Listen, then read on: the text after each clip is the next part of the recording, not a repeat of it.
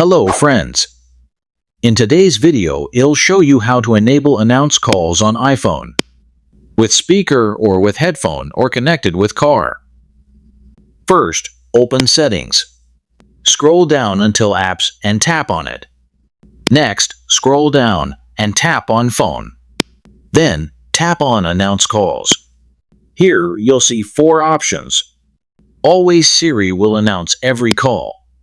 Headphones and car calls will only be announced when you're using headphones or connected to a car. Headphones-only announcements will happen only when headphones are connected. Never this turns the feature off completely. Choose the option you prefer. For example, select headphones and car for hands-free convenience. And that's it. Now Siri will announce who's calling based on your settings. If this video was helpful, please like and subscribe to Free Tech Guide for more quick and easy tips.